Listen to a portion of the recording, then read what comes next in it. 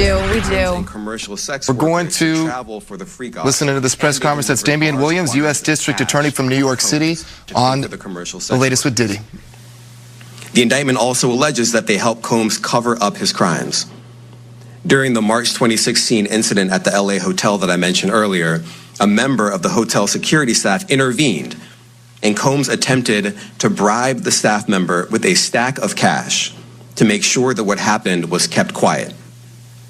And as the indictment alleges, in late 2023, after public allegations were made about Combs' crimes, he and others pressured witnesses and victims to stay silent, including by making phone calls to witnesses and victims and giving them a false narrative of what they had experienced. And as alleged, Combs used others to help conceal his abuse by monitoring and preventing victims from leaving a location in order to hide their injuries, or by locating and contacting a victim who had attempted to flee. As part of this investigation, in March of this year, special agents from HSI executed search warrants at Combs' residences in Miami and Los Angeles. They also executed a warrant for Combs' electronic devices. During those searches, agents seized evidence of the crimes charged in this indictment. They seized firearms and ammunition, including 3 defaced AR-15s and a large capacity drum magazine. They also seized evidence of the freak-offs, electronic devices that contain images and videos of the freak-offs with multiple victims. And they seized cases and cases of the kinds of personal lubricant and baby oil that Combs' staff allegedly used to stock hotel rooms for the freak-offs, more than 1,000 bottles altogether. Here are some of the items that we recovered during the searches.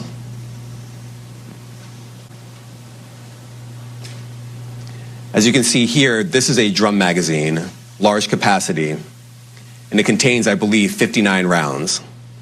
I mentioned as well, we recovered 3 AR-15s. This is a close-up shot of one of the AR-15s, and you can see right here, the serial number has been thoroughly defaced. Another picture of more ammunition and parts of 2 AR-15s right there. Now, I want to be clear about 2 things. First, this office is determined to investigate and prosecute anyone who engages in sex trafficking, no matter how powerful or wealthy or famous you may be. No one should doubt our commitment on that. A year ago, Sean Combs stood in Times Square and was handed a key to New York City. Today, he's been indicted and will face justice in the Southern District of New York. Second, we are not done. This investigation is ongoing, and I encourage anyone with information about this case to come forward and to do it quickly. Anyone with information can call 1-877-4HSI-TIP. I want to express my deep appreciation for the victims and witnesses who have used their voices and helped bring this criminal conduct to light. We would not be here without them. I also want to thank the dedicated case agents on the HSI Trafficking in Person Squad in New York. They have been with us since day one and have worked tirelessly on this investigation. They will continue to be invaluable partners to us. I also want to thank the incredible agents and analysts from SDNY who have also provided tremendous assistance on this case. I'm deeply grateful for their continued work. And finally, I want to thank the outstanding career prosecutors from SDNY who are handling this case. Meredith Foster, Emily Johnson, Chrissy Slavic, Madison Smeisler, and Mitzi Steiner, and their supervisors, Jamie Backleapter and Jacqueline Kelly. They are members of the Civil Rights Unit in our criminal division. We created the Civil Rights Unit when I became U.S. Attorney. I am deeply proud of their work on this and so many other cases. I'll now take some questions. Aaron Katursky, ABC. Thanks, Nick. Damian, thanks. The indictment describes aggressive, open, violent, hedonistic abuse that you say was recurrent and widely known. Why did it take law enforcement so long to intervene? How many women were victimized by Sean Combs, and how many others were involved? Look, our investigation is ongoing. We are committed to bringing justice to everyone who's been victimized by the defendant. I can't tell you why it took so long. I think the better focus is on the fact that we are here today. And we are committed to making sure that justice is done. Next question. Thank you. Julia Ainsley, NBC. Thank you for doing this. You said we are not done and that Combs did not do this alone. Do you foresee that there could be other charges related to this case? I'm not taking anything off the table. Janet Fisher, Newsday. What's the difference between the sex trafficking and promoting travel for the purpose of prostitution? Well, there are different crimes with different elements. I don't think we should get into the nitty-gritty of the legal discussion right now, but the sex trafficking, we believe, they're all serious offenses, but the sex trafficking conduct carries some significant penalties, and we are gratified that we were able to bring that charge. One more coercive than the other? I'm not going to be able to get into that, but you can look it up, and yes, sex trafficking, especially when it involves coercion or force, is a very serious crime, and it carries significant penalties. Good afternoon, Darla Miles, ABC 7 New York. Thank you for this press conference and for the details. Two questions. In context of this indictment and the information that was presented to the grand jury, are you able to clarify the number of victims? It's mentioned plural in the indictment, but can you specify the number of victims just for this particular indictment? And secondly, can you provide details about the alleged arson?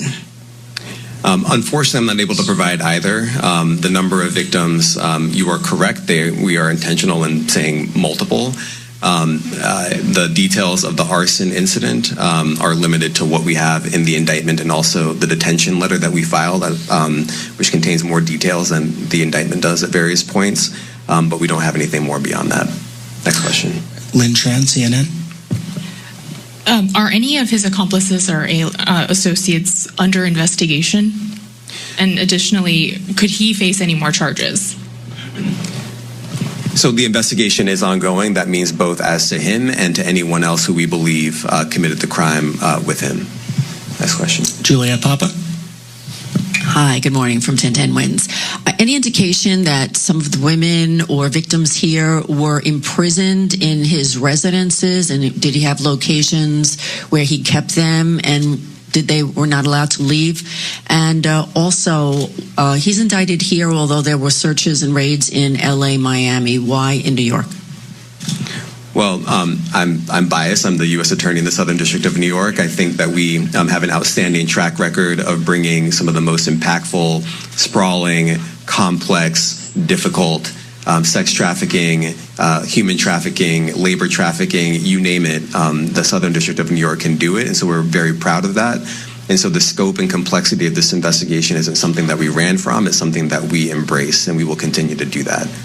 As to your question about whether he imprisoned anyone, all I can say is that, I mentioned this March 2016 incident where something was caught on video where a victim was attempting to flee, and there was violence that was associated with it.